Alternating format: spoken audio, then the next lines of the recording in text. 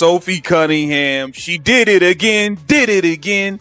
Sophie Cunningham absolutely embarrassed the Indiana Fever coaches, especially Brianne January, who's supposed to be the defensive guru. I mean, Stephanie White came here from Connecticut. They told me she was a defensive coach when she got here. But Sophie Cunningham blasted them, letting it be known, man, the defense sucks. Whatever they have us doing sucks. This whole thing sucks, man. We got to get into it. An absolute earthquake has just shattered the WNBA to its core, leaving millions of fans in complete disbelief. In a move that nobody saw coming, the Indiana Fever front office has officially terminated head coach Stephanie White, pulling the plug on her tenure in a late-night, emergency purge that sent shockwaves across professional sports. But this wasn't just a simple coaching change or a routine front office shakeup. This total organizational collapse came directly after superstar Caitlin Clark finally broke her silence, delivering a tearful, soul-crushing confession behind closed doors that exposed the disturbing reality inside Gainbridge Fieldhouse. After months of silent suffering, suppressed frustration, and rumors of internal sabotage, Clark reportedly confronted league executives with raw, heartbreaking details of how she was systematically pushed to her limits, stripped of her leadership, and mentally drained under Coach White's rigid regime. The fallout was so severe, so explosive, and so impossible to ignore that top executives were forced to intervene before the franchise lost its generational star forever. The entire basketball world is now reeling, as leaks reveal the horrifying breaking point that changed everything, and what Clark confessed in that room will leave you utterly speechless. To truly understand how this explosive disaster detonated, you have to rewind to the very beginning of the season, when the Indiana Fever promised a revolutionary new era under head coach Stephanie White. Fresh off her high-profile return to the franchise, White was publicly hailed as the tactical genius who would elevate Caitlin Clark from a sensational rookie into an unstoppable global phenom. Expectation levels soared to heights never seen in women's basketball history, as millions of eager fans bought tickets, tuned in, and demanded perfection. However, behind the heavily guarded doors of the practice facility, a far darker and deeply suffocating reality was quietly taking shape. Instead of empowering her generational point guard to run the fast-paced, high-octane offense that disrupted college basketball, White imposed a rigid, slow-motion, highly restrictive system that neutered Clark's unique instincts. Whispers began circulating through locker room walls that White was deeply uncomfortable with the unprecedented level of fame, power, and media spotlight that Clark carried into the building every single day. Tension mounted behind closed doors as veteran players felt completely sidelined by the relentless media circus, while Clark felt painfully isolated, burdened by the weight of carrying an entire league's economic future on her young shoulders. The joy that once radiated from her game began to visibly fade, replaced by heavy shoulders, exhausted sighs, and visible frustration during timeouts. Privately, Clark was enduring unbearable physical pain from a nagging back injury, while mentally carrying the impossible pressure of an entire franchise. Rather than receiving protection, guidance, and strategic support from her head coach, Clark was allegedly subjected to relentless internal criticism. Sources reveal that behind closed doors, White repeatedly accused the young phenom of being overly dramatic, entitled, and reckless with her high-risk passing style. Teammates watched in uncomfortable silence as the emotional gulf between the prodigy and the bench boss widened into an unbridgeable chasm. While rivals like Angel Reese and Paige Buchers thrived in systems built specifically around their strengths, Clark was left trapped in an archaic scheme that neutralized her supreme passing vision and shooting range. The psychological toll reached a dangerous fever pitch, as Clark found herself fighting two battles every single night, one against elite physical defenders on the court, and an even more draining battle against her own coaching staff on the sidelines. Internal emails and private texts began leaking to key figures in the front office, hinting at a toxic environment where communication had completely broken down. Yet for months, Clark refused to complain to the public, putting on a brave face for the media and desperately attempting to keep the locker room unified. But no human spirit can endure constant suppression forever. The boiling pot was finally about to explode, setting the stage for a heart-wrenching confrontation that would ultimately rock the entire WNBA landscape to its absolute foundation. The simmering friction finally reached a catastrophic breaking point during a high-stakes road swing that transformed minor frustrations into an all-out organizational war. Indiana was locked in a brutal contest against a fierce rival, and with the game hanging in the balance, Coach White made a decision that sent shockwaves through the entire arena. Instead of drawing up a play for her generational superstar, White benched Clark during the crucial closing minutes, publicly humiliating her in front of a sold-out crowd and a national television audience.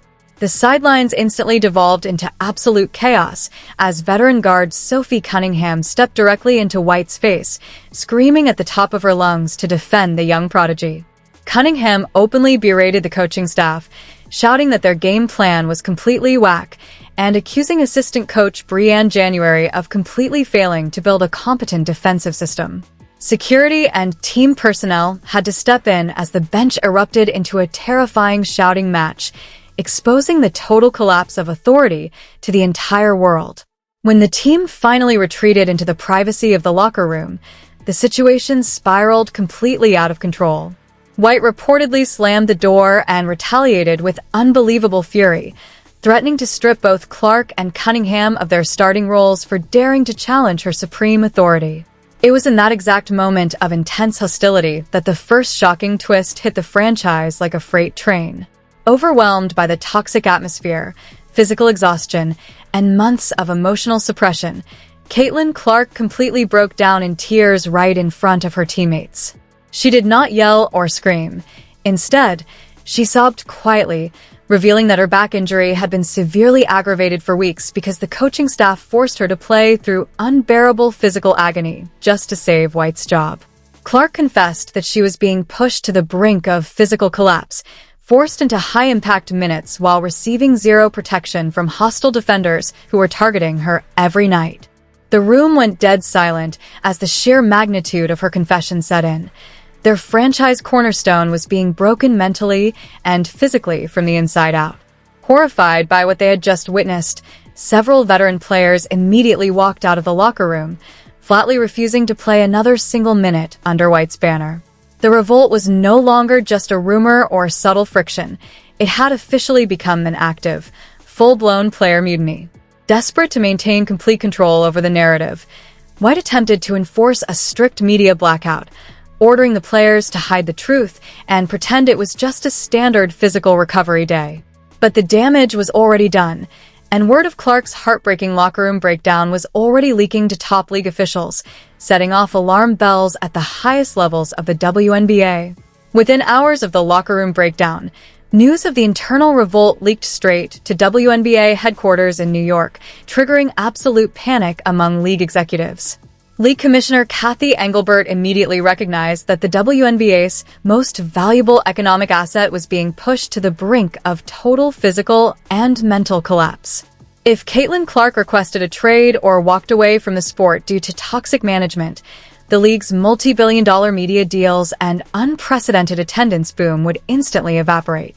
Desperate to protect their ultimate crown jewel, top league officials secretly stepped in, bypassing Indiana Fever ownership entirely to launch a covert, high-priority investigation into the franchise's inner operations.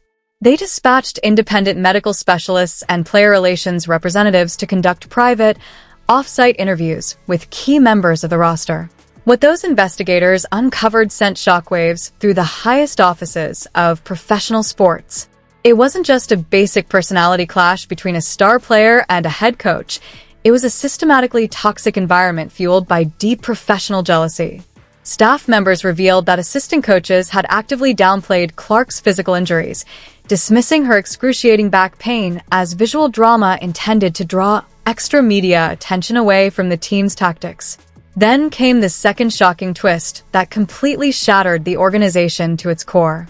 Private internal emails and leaked text threads exposed that General Manager Amber Cox had been quietly conspiring with Coach White to restrict Clark's offensive dominance on purpose. The leaked correspondence revealed a deliberate strategy to limit Clark's usage rate and force a slow-paced, rigid system. Their goal? To ensure that no single player, regardless of her generational fame, could eclipse the power and authority of the front office and coaching staff. They were intentionally curbing the momentum of the biggest prodigy in basketball history just to keep her under their total control. When confronted with these damning documents during a tense emergency video call, Coach White refused to back down or apologize. Instead, she doubled down, issuing a terrifying ultimatum to the Indiana Fever Board of Directors. It was either her traditional coaching authority or Caitlin Clark's unchecked freedom. White boldly claimed that catering to a young star would ruin the culture of the entire sport, demanding complete backing from ownership to suspend both Clark and Sophie Cunningham for conduct detrimental to the team. The front office was left standing on the edge of a massive precipice. They were forced to make an agonizing, franchise-altering choice: back their head coach and risk destroying their generational star forever, or execute the most explosive organizational purge in WNBA history. The moment rumors of the secret investigation and internal ultimatum leaked to the press, social media detonated into an absolute war zone. Millions of furious fans flooded every digital platform, launching viral campaigns demanding the immediate termination of the entire Indiana Fever front office. Outside Gainbridge Fieldhouse, enraged supporters held protests, carrying signs that accused the coaching staff of intentionally sabotaging their absolute idol. The story quickly dominated mainstream sports media, with analysts passionately debating whether Coach White's rigid culture had actively inflicted physical and emotional damage on the league's biggest attraction. Rival players across the league quickly weighed in on the exploding controversy, creating an even bigger media firestorm. Angel Reese sparked intense online debates with cryptic social media posts about locker room respect, while superstars like Paige Bueckers publicly voiced solidarity with Clark, emphasizing that no young athlete should ever be forced to play through unbearable physical agony under toxic leadership. The incredible public backlash was swift, relentless, and completely overwhelming for team officials. Corporate sponsors began threatening to pull millions of dollars in lucrative endorsement deals, terrified of being visually associated with a franchise accused of mentally breaking its crown jewel. Behind the scenes, the emotional weight on Caitlin Clark reached a harrowing, career-threatening peak. Photographs surfaced of the young phenom leaving the team facility, looking visibly shaken, pale, and emotionally exhausted, sending waves of deep concern across the global basketball community. Friends and close associates leaked that Clark was contemplating taking an extended, indefinite leave of absence from professional basketball to escape the unbearable hostility and heal her severely aggravated back injury. The thought of losing Clark, even temporarily, sent shockwaves through the entire WNBA hierarchy as ticket sales plummeted overnight and television executives panicked over potential ratings collapses. In a frantic bid to regain control of the spiraling narrative, General Manager Amber Cox held a hastily arranged, highly uncomfortable press conference. But instead of calming the storm, her robotic answers and cold refusal to address Coach White's alleged retaliation only poured gasoline on the burning flames. Fans instantly saw through the PR spin, recognizing a desperate front office trying to shield itself from catastrophic public accountability. The intense toxicity had reached a point of no return. The bridge between the fanbase, the star player, and the coaching staff was completely burned to ashes. The Indiana Fever Board of Directors was trapped in an impossible corner, watching their multi-million-dollar franchise crumble under the weight of global outrage. The public demanded absolute blood, and ownership knew that only a total, ruthless destruction of the current leadership could possibly save the team from complete financial and cultural ruin. With public outrage reaching a terrifying peak and corporate sponsors preparing to walk, Indiana Fever ownership finally swung the hammer in a midnight purge. In a single, cold press release, the franchise announced the immediate terminations of both head coach Stephanie White and general manager Amber Cox. The front office had chosen its generational phenom, completely wiping away the regime accused of breaking her. Celebrations erupted across social media as fans cheered what seemed like a glorious victory for Caitlin Clark. But as the dust began to settle, a far darker reality emerged from the shadows of Gainbridge Fieldhouse, one that transformed this triumph into a cold-blooded thriller. Leaked internal documents revealed the ultimate, mind-bending plot twist. The confidential medical reports and damning email threads were not leaked by a concerned insider or an investigative journalist. They were deliberately leaked by a high-ranking executive within the team's own parent company. Ownership had grown deeply envious of Coach White's massive authority and GM Cox's absolute control over basketball operations.